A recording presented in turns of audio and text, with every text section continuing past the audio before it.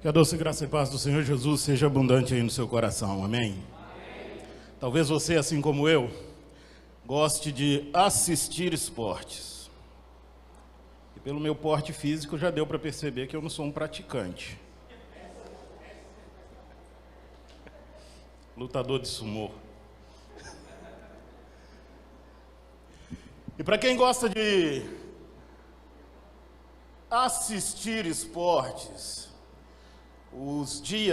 esses últimos dias, na verdade desde o dia 21 de julho, tem sido um prato cheio, porque nós estamos no período das Olimpíadas, e as Olimpíadas é a grande festa dos esportes, esportes para todos os gostos. E essas Olimpíadas têm um sabor especial, porque com um ano de atraso, e aí depois de um ano de pandemia, as Olimpíadas 2020 acontecem em Tóquio em 2021. E havia uma grande expectativa, porque como o Comitê Olímpico iria resolver os problemas e impedir o avanço do coronavírus. Mas o Comitê Olímpico tem feito um papel espetacular. Mas não foi apenas isso, não é apenas isso que torna as Olimpíadas 2020 algo especial. Alguns esportes estão estreando nestas Olimpíadas, e aí nós temos o surf, e o primeiro medalhista olímpico do surf é brasileiro. Aleluia! E nós nos emocionamos ao ver o Ítalo Ferreira ganhar a medalha de ouro. A nossa bandeira no ponto mais alto. Nos emocionamos ao ver uma menina de 13 anos ganhar medalha de prata no skate. E outras medalhas que foram surgindo. Mas as Olimpíadas não é um grande evento apenas por isso. As Olimpíadas são um grande evento pela junção de esportes, mas, acima de tudo, pelos efeitos que as Olimpíadas provocam. As Olimpíadas podem incentivar marmanjos como eu, deixar o sofá e começar uma atividade física.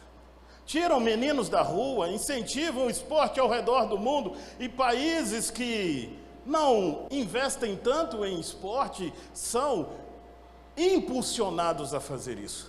E aí então, os efeitos das Olimpíadas 2020 serão sentidos ao longo das gerações. E isso torna as Olimpíadas um grande evento. E é exatamente por isso os olhos do mundo se voltam para Tóquio. Por ser um grande evento. E aqueles que, mesmo não estando lá, assistirem os Jogos Olímpicos, falarão sobre eles. E daqui a alguns anos vamos nos lembrar destes momentos e vamos falar sobre eles. Mas houve um dia na história da humanidade, e esse dia foi o grande dia da história da humanidade. Um dia em que os olhos do mundo se voltaram para um lugar, para um monte, para uma cruz. E não apenas os olhos dos homens, porque sobre aquela cruz estava escrito Jesus Nazareno, Rei dos Judeus, em grego, hebraico e latim, as 3 línguas do mundo. Então, qualquer pessoa que passasse conseguiria ler aquilo. Mas aquele dia atraiu também os olhares do inferno, porque foi ali na cruz, como disse o apóstolo Paulo, que Jesus despojou todo o principado e potestade e proclamou a nossa libertação e a derrota de Satanás. Mas ela não atraiu apenas o olhar dos homens e do inferno, mas a cruz atraiu o olhar dos céus, porque naquele dia, Deus o Pai olhou para o Filho e o visitou com ira, uma ira que estava destinada a mim e a você, mas que foi descarregada sobre Jesus. Um dia muito especial, mas não grandioso apenas por isso. Pode abaixar um pouquinho meu microfone? Mas um dia especial porque os efeitos daquele dia continuam sendo sentidos ainda hoje. E diferente dos Jogos Olímpicos, porque promovem um certo movimento esportivo até as próximas Olimpíadas, a cruz foi um evento único. E esse evento único salvou aqueles que viveram antes, durante e depois da cruz. E muitas pessoas contaram essa história. Pessoas que estiveram ali naquele momento. Mas eu quero convidar você a ler uma história contada por alguém que, como eu e você, não estava ali. Alguém que, como eu e você, ouviu falar daquele dia. Alguém como eu e você, sofreu, sentiu, recebeu o impacto daquele dia, daquela cruz. Eu quero convidar você a ler aquilo que o nosso irmão Lucas escreveu em seu Evangelho, no capítulo 23, do versículo 33 ao 43. Quando Lucas narra um pequeno momento daquele dia, mas um impactante momento daquele dia. Lucas, capítulo 23, do versículo 33 ao 43.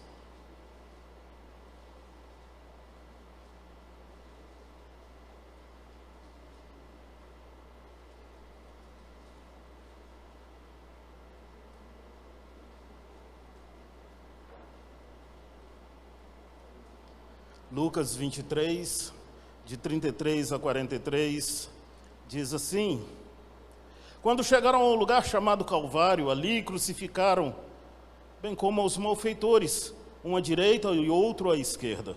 Contudo, Jesus dizia: Pai, perdoa-lhes, porque não sabem o que fazem. Então, repartindo as vestes dele, lançaram sortes. O povo estava ali e a tudo observava. Também as autoridades zombavam e diziam: salvou os outros, a si mesmo se salve, se é de fato o Cristo de Deus, o escolhido. Igualmente os soldados o escarneciam e, aproximando-se, trouxeram-lhe vinagre, dizendo: se tu és o rei dos judeus, salva-te a ti mesmo.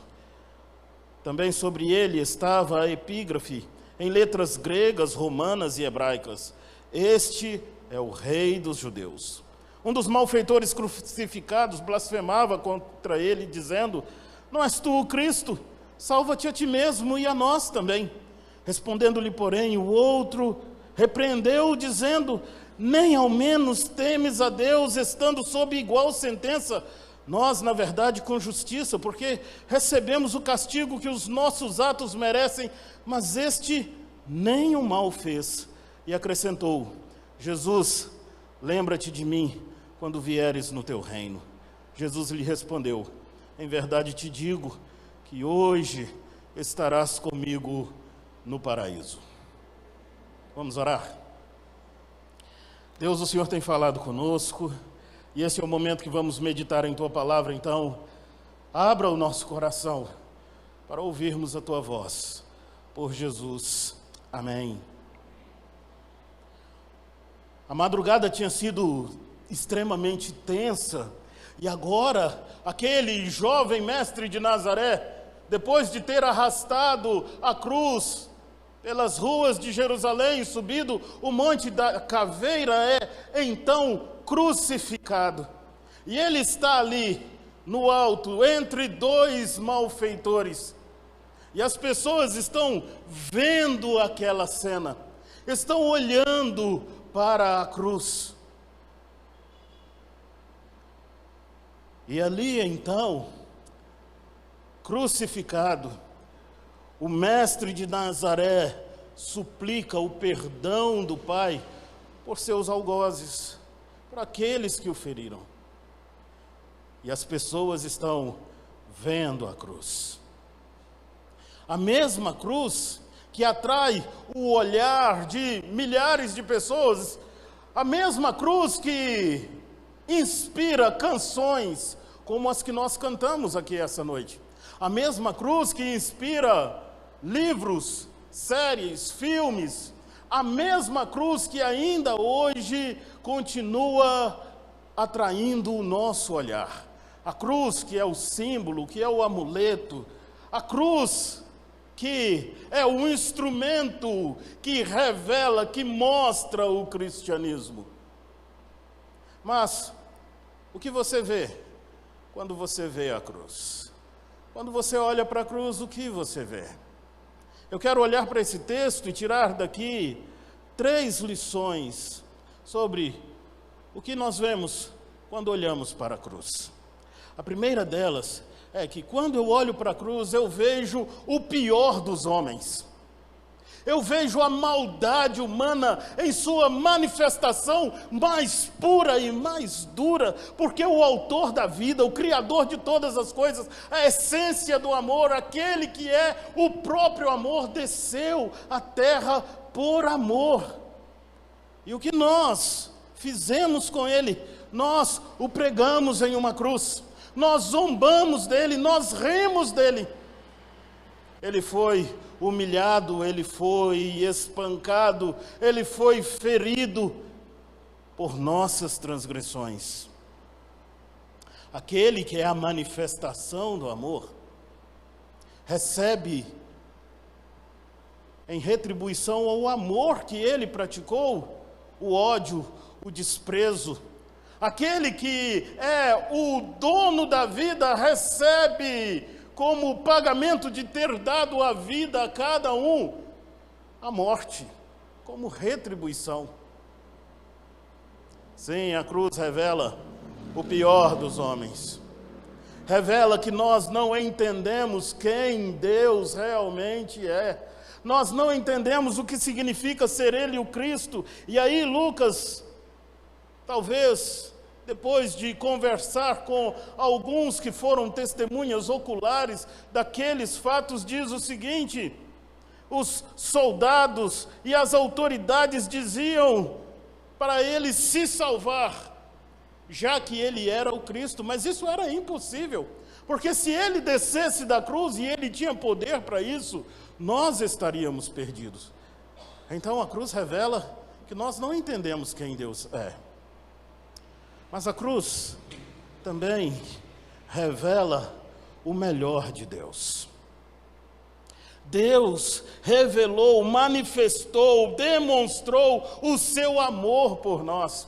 Aquele que não conheceu o pecado se faz pecado por mim e você. Aquele que é santo, que habita a eternidade, que não conhece as limitações humanas, se veste de carne e é envolvido por tamanha fraqueza, a ponto de nascer como uma criança, de andar como qualquer um homem, de sentir as mesmas fraquezas humanas, fome, sede, dor, cansaço, se limita ao tempo. E ele não conhecia a limitação do tempo e agora ele tem que esperar. E ele é Deus, descendo ao encontro dos homens. A cruz revela o melhor de Deus, porque a cruz é a manifestação deste amor. Talvez um dos versículos mais conhecidos da Bíblia seja João 3,16, que diz: porque Deus amou o mundo de tal maneira que deu seu Filho unigênito, para que todo aquele que nele crê não pereça, mas tenha vida eterna. Ele veio para revelar o amor de Deus. A cruz revela o melhor de Deus, porque Jesus não apenas assumiu a nossa maldição, mas ele se tornou maldição em nosso lugar. Paulo, escrevendo aos Gálatas, na sua carta, no capítulo 3, versículo 13, Paulo diz o seguinte, que Jesus se fez maldição por nós. E aí Paulo cita um texto lá de Deuteronômio, quando Moisés disse o seguinte: maldito é todo aquele que for pendurado no madeiro. O que me impressiona nisso é porque Moisés viveu cerca de 1000 anos antes de começar a crucificação. E aí Moisés, que não tinha a menor condição de saber quando aconteceria a crucificação, vai registrar a seguinte declaração de Deus: todo aquele que for pendurado em um madeiro é maldito. E Jesus então se faz maldição no nosso lugar, para que nós nos tornássemos benditos de Deus. Ah, sim, a cruz revela o pior dos homens e o melhor de Deus. Mas a cruz também nos mostra que há esperança. Esperança. Lucas está contando essa história. E ele conta aquilo que todas as pessoas ouviram, mas de repente Lucas narra um diálogo que talvez só aqueles que estivessem mais próximos da cruz pudessem ouvir. Porque um homem crucificado, e aí a nossa ideia de crucificação é da Idade Média. Aquele homem bonito, esticado, com os braços abertos, coberto com uma tanguinha, é uma ideia da Idade Média. Os romanos não crucificavam desse jeito. A cruz era algo terrível. A pessoa ficava com as pernas encolhidas. Um único cravo transpassava os tornozelos. Os braços eram fincados no madeiro e não havia uma corda para sustentar os braços. Para que a pessoa conseguisse respirar, ela teria então que forçar os joelhos. E nesse período de crucificação, nas horas sequentes de crucificação, isso gerava um cansaço extremo. Além do mais, Jesus havia padecido, sido flagelado, ele estava cansado, ferido, em sua cabeça havia uma coroa de espinhos, as suas costas, muito provavelmente por causa do flagelo, estava com os ossos à mostra. A cruz não era lisinha, era uma madeira áspera. E para conseguir respirar, ele tinha então que forçar as pernas, e as costas passavam naquele madeiro áspero.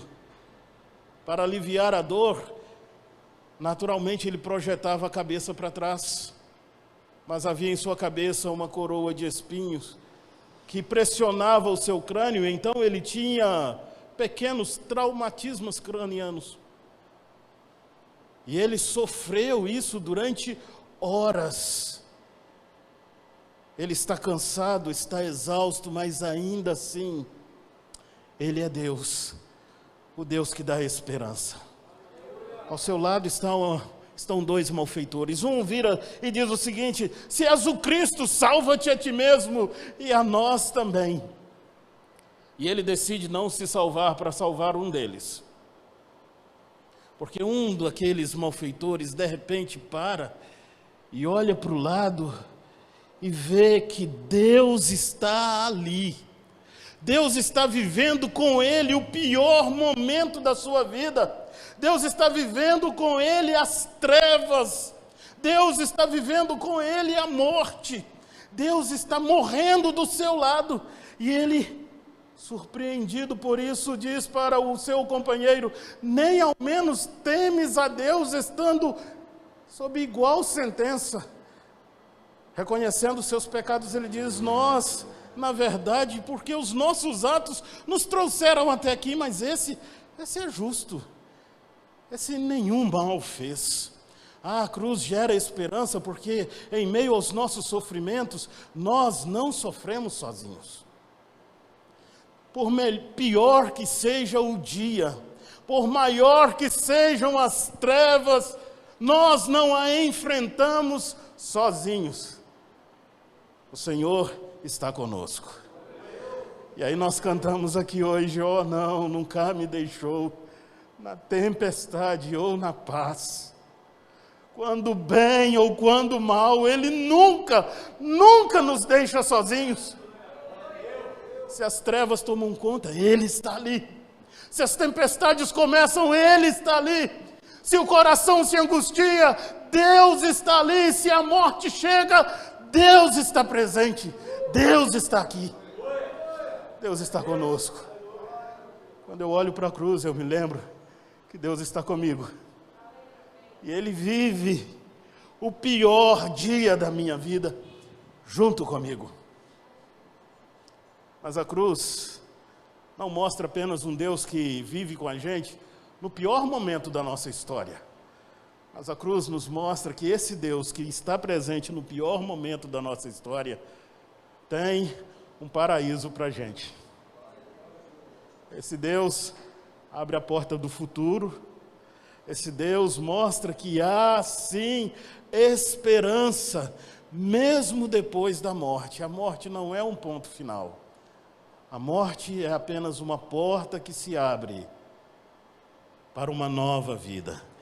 E esse homem, então, vira para Jesus e diz: Senhor, lembra-te de mim quando vieres no teu reino. E eu fico olhando para esse texto e me perguntando como esse malfeitor sabia que aquele do seu lado era um rei. Talvez por ler sobre a cabeça de Jesus: este é o rei dos judeus.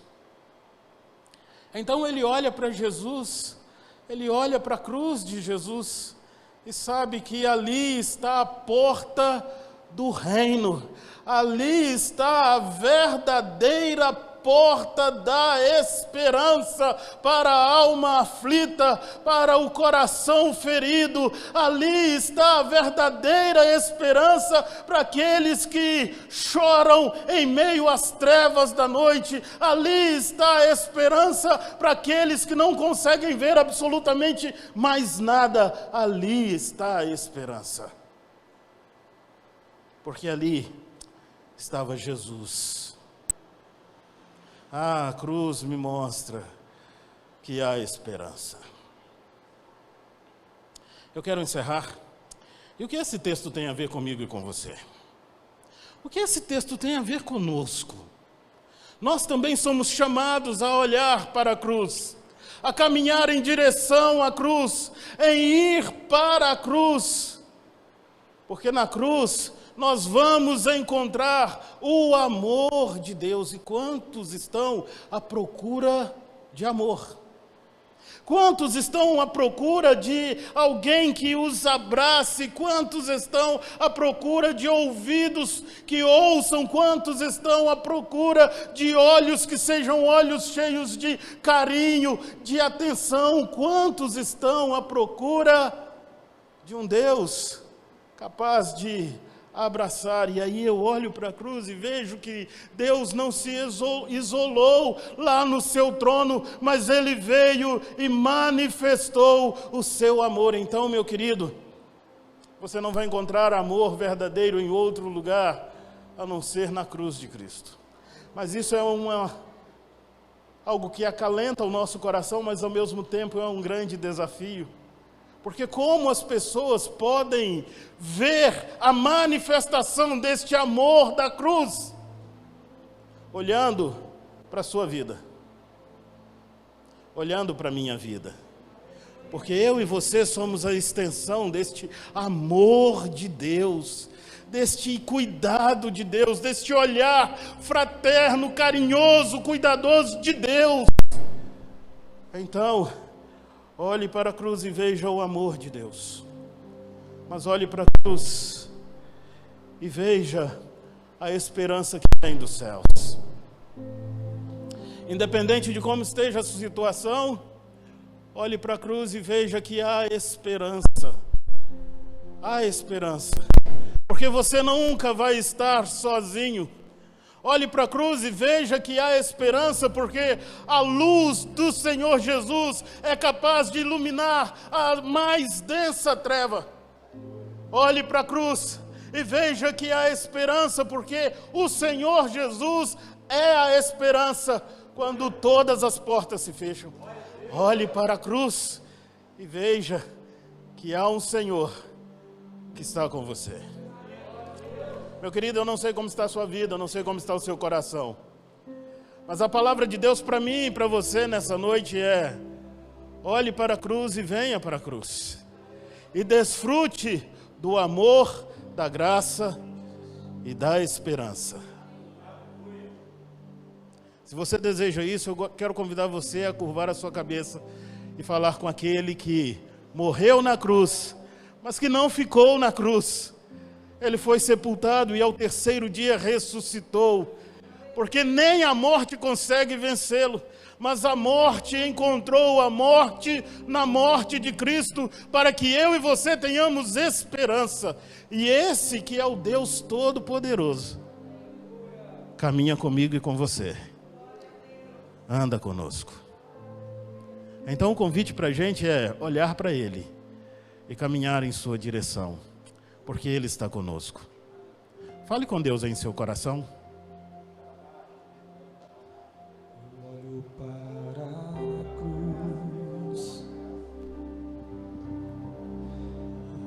a cruz eu vou, do seu sofrer participar, tua obra vou cantar, meu Salvador na cruz mostrou o amor do Pai, o justo Deus. Eu não sei como está a sua vida, eu não sei como está o seu coração, mas o Senhor Jesus está aqui para te dizer que Ele te ama. E talvez você esteja vivendo dias tenebrosos, dias de densas trevas. A palavra de Jesus para você é: eu sou a luz do mundo. Talvez você esteja vivendo um momento de carência. A palavra de Jesus para você é: eu sou a fonte, eu sou o amor. Talvez você esteja vivendo dias de confusão, dias de questionamentos, de ansiedade, de dor, de tristeza. O Senhor Jesus chama a cada um de nós para irmos até Ele. E Ele diz que para a gente: você pode vir, porque comigo sempre há esperança. E como nós precisamos de esperança? Como nós precisamos de esperança? Eu quero orar com você, que quer dizer para Jesus hoje: Jesus, eu preciso do Senhor. Eu quero orar com você, que quer dizer para Jesus: Jesus, o meu coração está angustiado, eu estou vivendo dias de trevas, mas eu preciso que o Senhor seja a luz. Eu preciso que a tua luz brilhe sobre o meu coração. Eu quero orar com você, que quer dizer para Jesus: Jesus, eu estou aqui, eu preciso do Senhor. Se você deseja orar comigo, eu gostaria que você ficasse de pé, aí onde você está.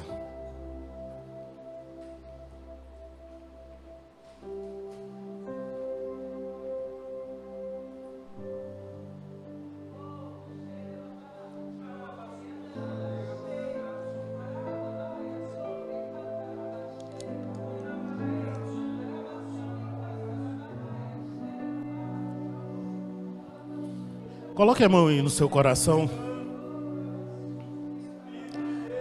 Meu querido, eu não posso fazer muita coisa por você. Talvez eu não consiga te ajudar.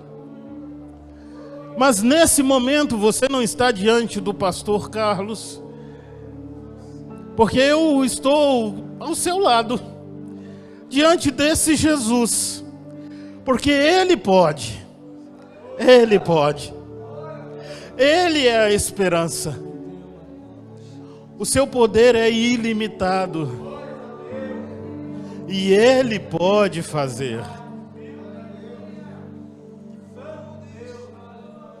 Então fale com Ele com fé, porque Ele conhece o clamor silencioso do nosso coração. Ele conhece aquilo que angustia, que rouba o nosso sono. Ele sabe, e Ele estende a sua graça, porque Ele não nos deixa só. Então vamos falar com esse Jesus. Ó Jesus, o Senhor não apenas fez no passado, mas o Senhor faz hoje. O Senhor não apenas caminhou com homens e mulheres aflitos no passado, mas o Senhor caminha conosco hoje. O Senhor não apenas viveu o dia terrível daquele homem pendurado na cruz, mas ainda hoje o Senhor vive o meu dia terrível, o meu dia mau, o dia mau de cada um dos meus irmãos. Mas o Senhor não vive conosco apenas como alguém que está do lado. No dia mau, o Senhor é a luz. No dia mau, o Senhor é a força. No dia mau, o Senhor é a esperança. No dia mau, o Senhor é a manifestação do poder do Deus Todo-Poderoso. E é porque nós confiamos nisso que nós estamos de pé diante do Senhor, na certeza de que o Senhor pode fazer infinitamente mais. Aleluia. Nós estamos diante do Senhor porque sabemos que o Senhor é o nosso Pai, o nosso amigo, aquele que nos recebe, que nos faz assentar em seu colo,